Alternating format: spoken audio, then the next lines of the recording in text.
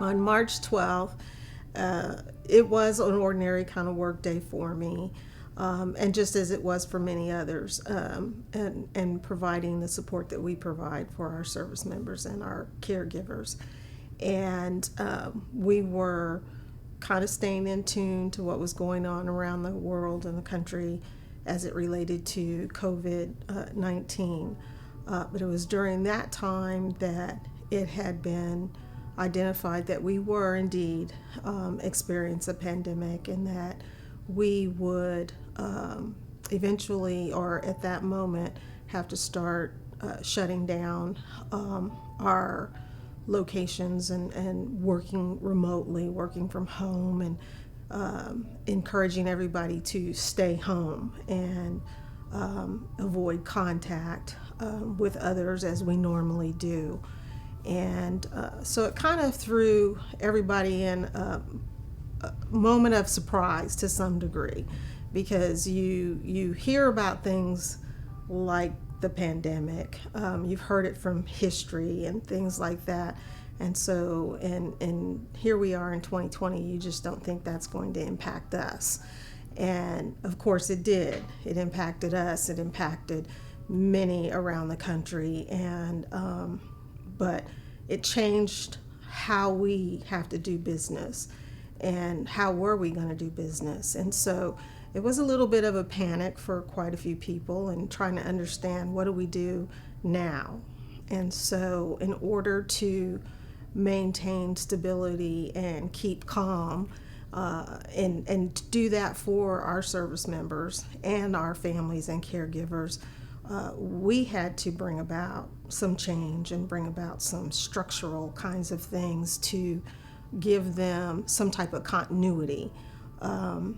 In our military adaptive sports program, we generally are out and about. It's a close contact kind of activity. We do things that are, on the field, at the pool, the track, the court, in art, and other therapeutic kinds of activities. And so that was going to have to change based on the pandemic and the state of the country.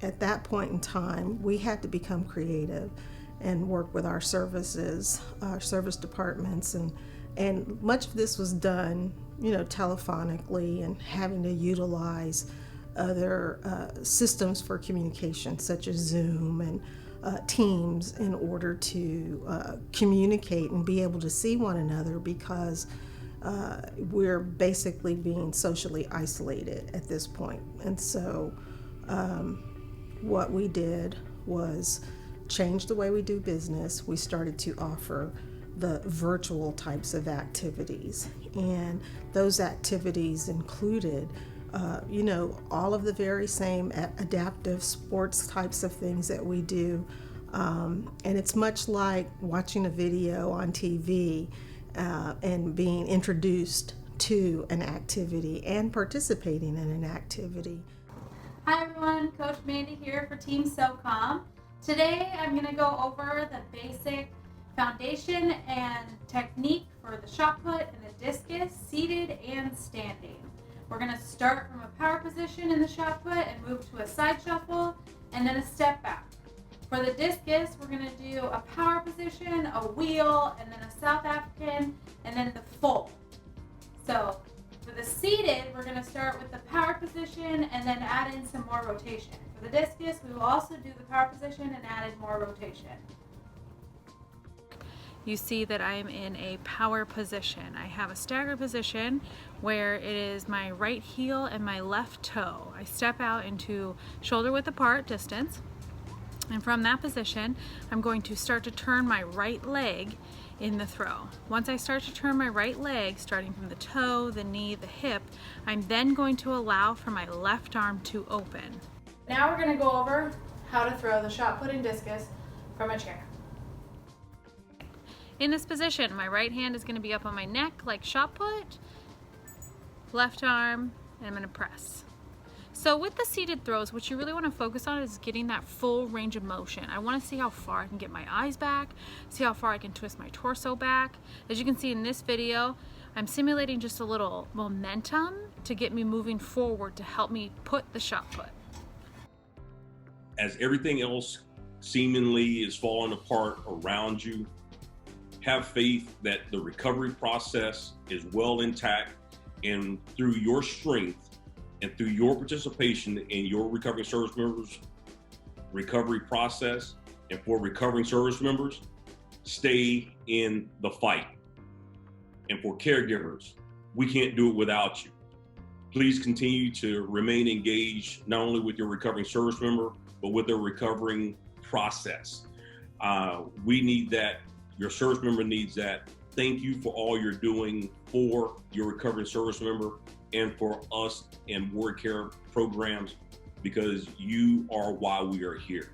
First of all, I have to say thank you to Sergeant Major Parson. Hearing all of the talk about integrating the caregivers just warms my heart, because that wasn't always the case. It was always the case in our experience with the adaptive sports program. It was one of the first ones that really started to include the spouse and caregiver. And I think on my end, one of the things that I always think about is when he was first injured, I kept thinking, okay, we're going to be here for X amount of time. He's going to have his surgeries, do his therapy. We're going to go back home. Things are going to be back normal. I'm just going to keep my eye on the prize, which, as we all know, nothing's ever the same again. That was a pipe dream. But I think adaptive sports helped me realize that and start to build a community. Colonel Malone, would you like to introduce yourself first? Sure. Hi, I'm Colonel Michael Malone, recently retired from the U.S. Army. I spent 32 years in the Army. I was medevaced out of Iraq in the Middle East in 2016 and ended up at Walter Reed. And ironically, I suffered a traumatic brain injury there, which extended my stay. So I spent more time doing adaptive sports. I did the Warrior Games in 2016 or 2017, which was a lot of fun. And I've kind of got involved in adaptive sports because of, the physical limitations of my injuries. I now hand cycle because of balance issues and just damage to my knees after carrying a heavy ruck for a long time. And I also enjoy swimming, except for there's been no swimming here since COVID-19. While I was in adaptive sports, I got into archery, which I find really relaxing, so helps calm the anxiety that I have. And so I found adaptive sports is just a way for me to try to stay in shape given my injuries and, just improve my outlook on life. My name is Margaret Smith, and I'm the sports psychology provider for Team USA Wheelchair Rugby. I'm going to talk a little bit about staying present with tension. And one of the most powerful ways to stay present with tension is bringing our awareness to our breath. Sometimes, though, tension that we hold in our bodies can make it much harder to stay present with our breath, because sometimes that tension can actually restrict the muscles that we use for breathing. And one of those areas where many of us hold tension in our bodies that can impact our breathing, particularly if you play wheelchair sports or if you're a daily wheelchair user, are in these shoulder stabilizers, the rhomboids and trapezius muscle that run kind of down between your shoulder blade and your spine. So bringing a little bit of release to those areas, bringing breath awareness into those areas can be a powerful way of staying present with tension. How do you determine what you should open up with? Is there a certain percentage of your max you should choose, or should you just go how you feel in that moment? It, Uh, go ahead. Mary, you want me to do it? You go ahead, Mike. My rule of thumb is anything that you can do for a triple. There's a mathematical formula. If you do 90 to 92% of your previous max, most of the time you'll be able to get that for 3 reps, and that gets you on the board. Like Rob mentioned earlier, your opener should be something that you're 100% confident that you can get. You go up on there, you get on the platform, you blow the weight up, it's stupid easy. Now your confidence is through the roof. You're feeling good about the next one, and you're ready to knock it out too. If you go up there and struggle with your first one or even miss it, then it's in your head that you failed, and now you're feeling like you absolutely got to get the next one, and it just messes with your mind. So your first attempt should be something that you know you can get. I'm ready when y'all are. All right, take it out of the rack and wait to hear me say start. All right. 1, 2, 3. Start. Press. Don't touch Rack. That was so smooth and easy. Perfect. Very good. Excellent. Good lift. Good lift. Good job. Really nice job. Really nice. 255. You could have had dinner on your chest with that, sir. That was excellent. All right. Nice Look work. good. Look good. All right, Nicole, you let us know when you're ready. All right. Here I'm we go. ready. All right. Take it out of the rack. Just hold it straight up over your chest area. Start. Press. And rack. Very easy. Nicely done. Good lift. Good lift. Make sure you wait on that rack command. Other than that, everything looked good. So I'm gonna toss it to Tisha Knickerbocker from the Marine Corps. I can see you. Can you hear me, Tish? I got you. Awesome. So you lifted it home, and I know you drove to make this happen. You just came off a long drive. How important to you is something like this as far as your recovery and getting back into fitness and staying active in sport? I mean, this virtual stuff is definitely new to me, but in general, being able to compete or have people that are there to support you and keep you motivated in times where you can't necessarily go to the gym. I'm from New York. Everything's still very, very, very shut down. So the amount of training I've done has not been the greatest since everything's shut down. So it was really nice to be able to have this to do. And although I didn't have much preparatory stuff going on for this competition, it was really nice to get back out there, do some lifting, and still push myself, even though I haven't really, prepared like I typically would have. So this kind of stuff is super important to me. I love being able to compete. I love being able to support my other warriors or friends, even if they're not military, but to keep everybody going during whatever amount of shutdown their state is in. So I love this stuff. I was in an ID explosion in Afghanistan. I was the driver, and an ID went off on the driver's side, front wheel, but on the outside. Gotcha. And it really wrung everyone's bucket, but part of the job. What did the military adaptive sports program mean to you? Or how did it help you out? Well, it helped me. Primarily, I think the biggest benefit was actually from being around other guys, other soldiers, both male and female. We'd go out fishing and stuff, and like I met Abdul Savage, great guy. A vehicle-borne IED explosion in Afghanistan. He was a sniper, and we related very well together regarding his injuries and my injuries. And my dad was very authoritarian growing up, but then of course he was a World War II vet. But he would always make me add numbers. He'd write numbers down, these long lists of numbers down, and he'd make me add them. And when I came back from Afghanistan, I couldn't do that. And it really pissed me. Right. But I realized that, okay, this is what's wrong with me. One of the things that's wrong with me. And I learned to adapt out of it. Hello, everyone. I'm Patrick Johnson, the site coordinator for Military Adaptive Sports Program here at Walter Reed Hospital in Bethesda, Maryland. We're happy to have you here today joining our cycle clinic.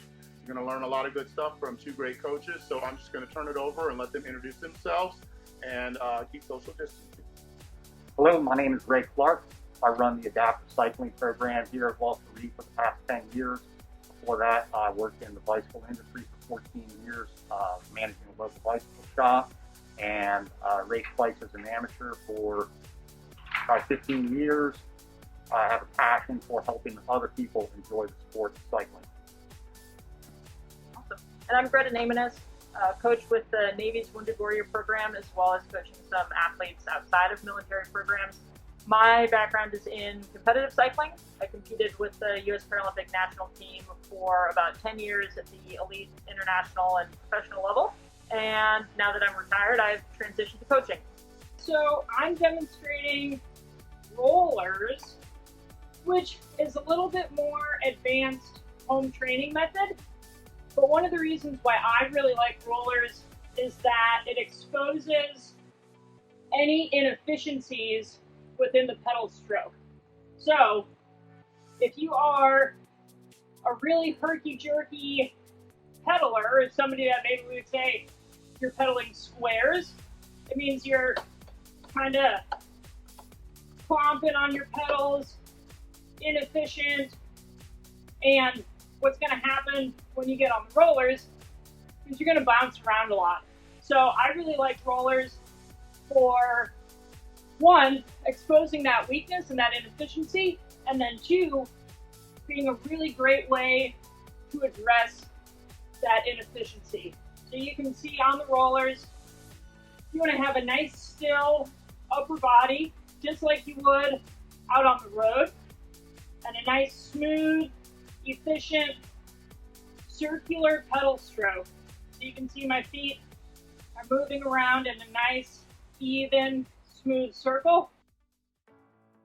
For the caregiver, specifically, who may not have had as much downtime in the very beginning, now probably has very limited downtime. And so, again, that's one of the things that we have to be concerned about is their stability and their mental health needs, and trying to find ways to be inclusive for the caregivers or involve them in the process so that they have an opportunity to participate in this process. For example, some caregivers have gone on to virtually share a cooking class, and so that gives them an outlet and a feeling of inclusion as well.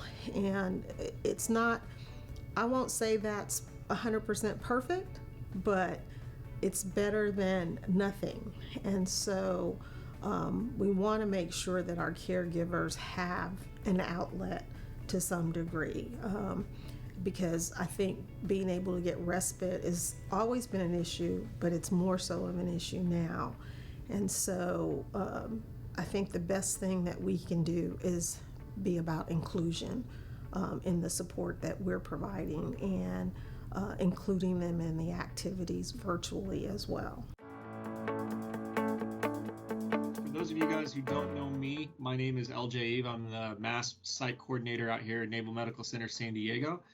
And as we've been kind of talking about, we've got a great spectrum from across the country. And out here in San Diego, I'm very fortunate to have met Dr. Teresa Larson through work at the medical hospital.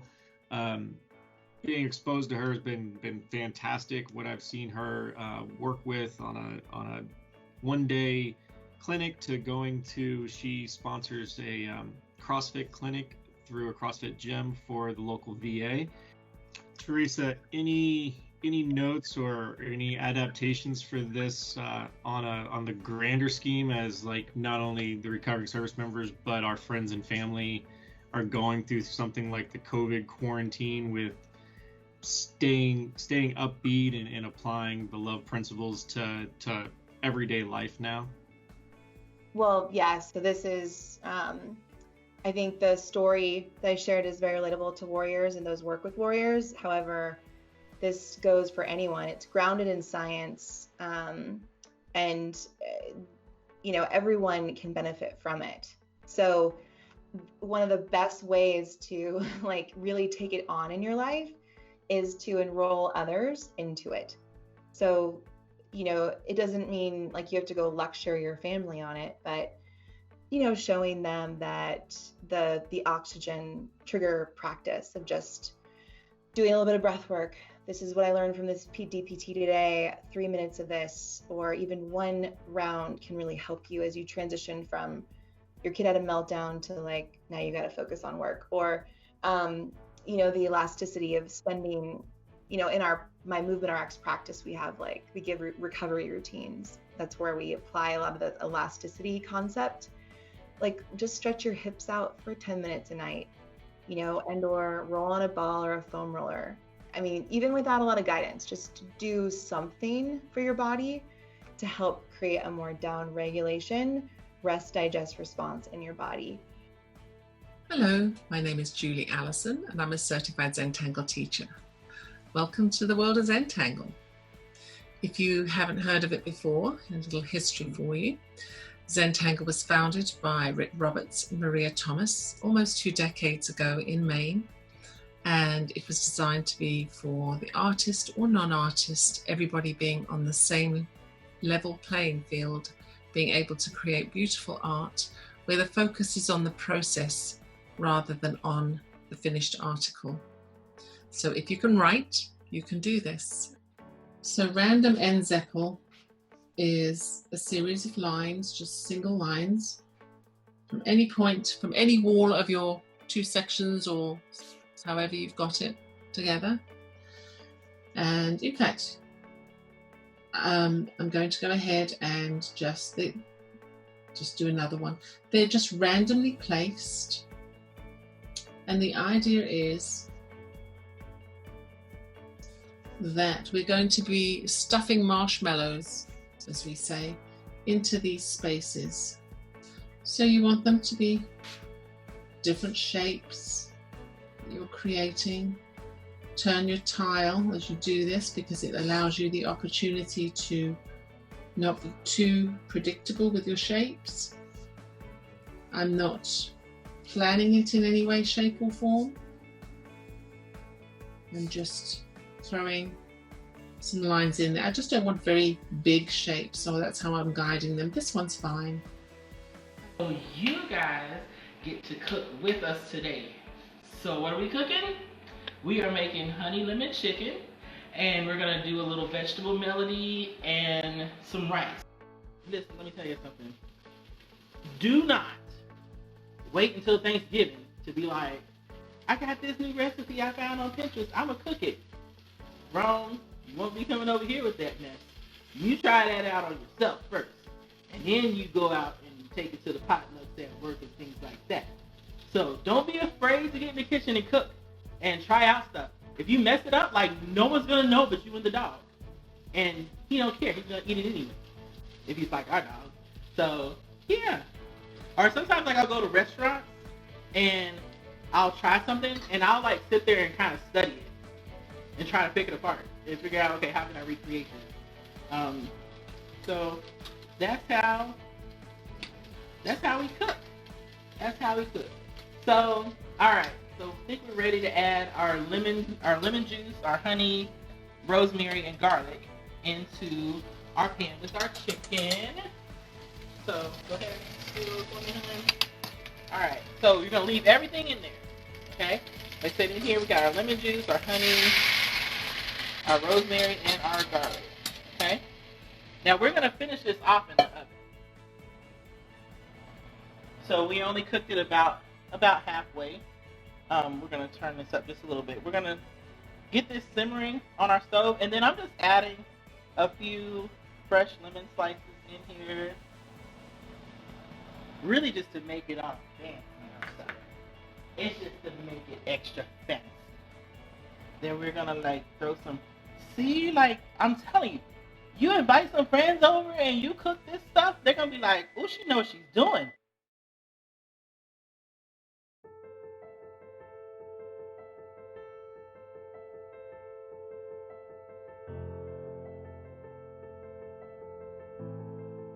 So before COVID, I was always going.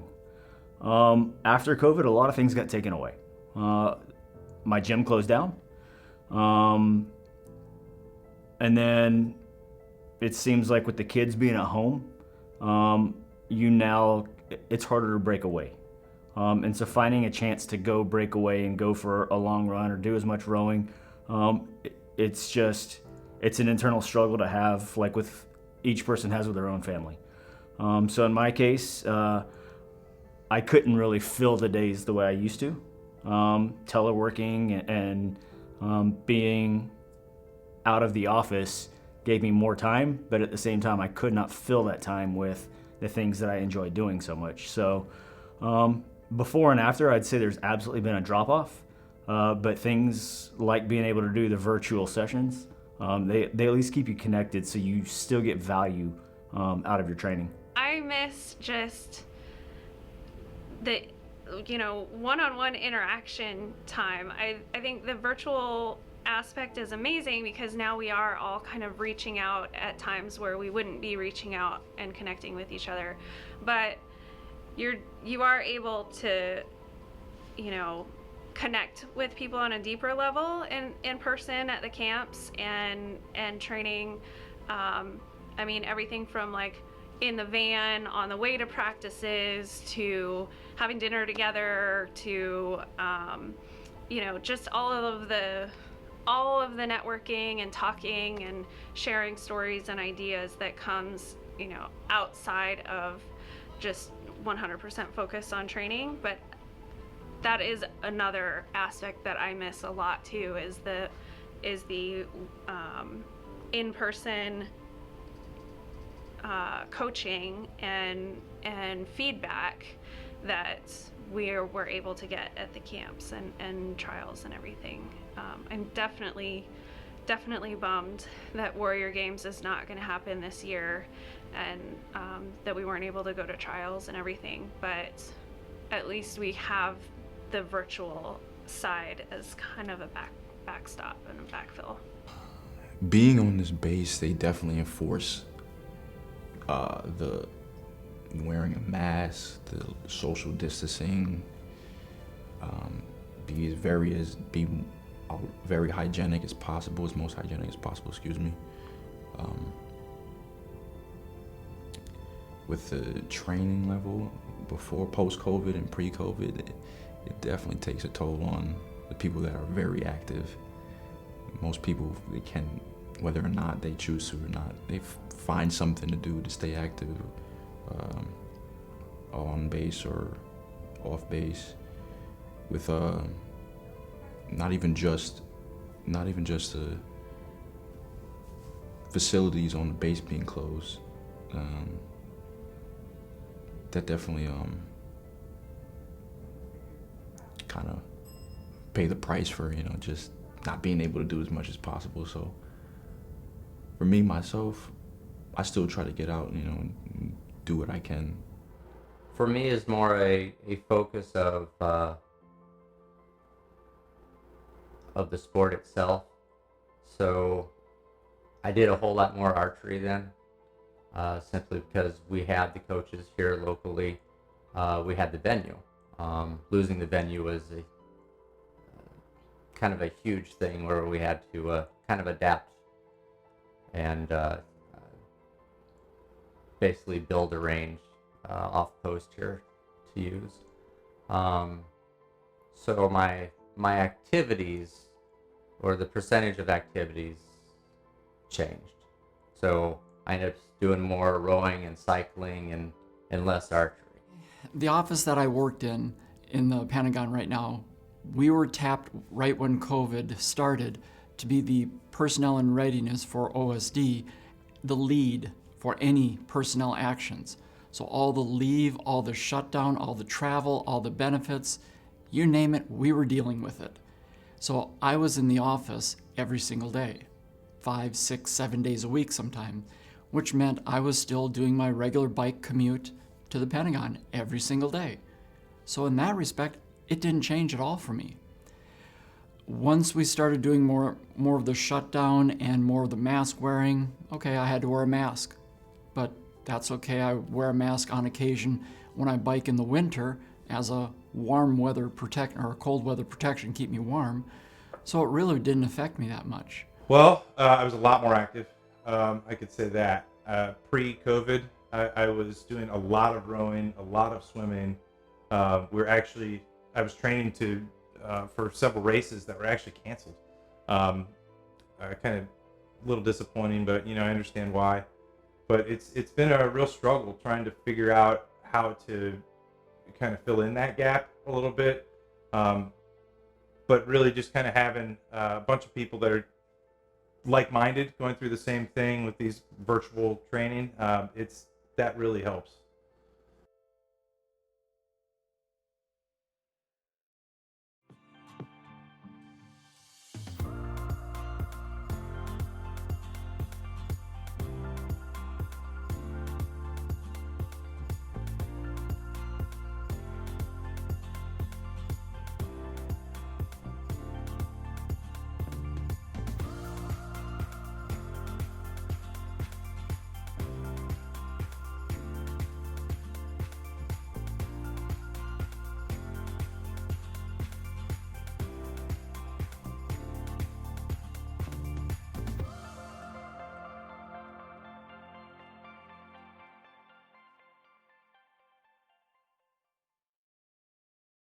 And I think the biggest lesson is that we have learned that we can do this whether we're in person or not. And it might take a little more effort in some instances, but we've seen a lot of successes by doing it virtually.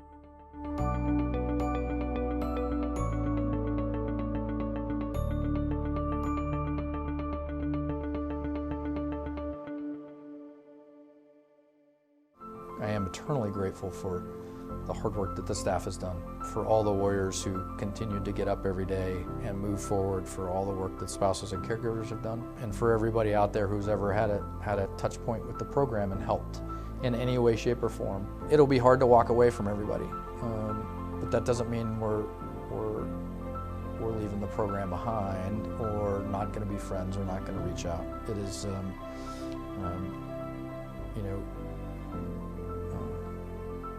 Maria and I love y'all to death, and we will continue to be a part of this amazing community as long as y'all will let us. And it's not goodbye. It's see you around.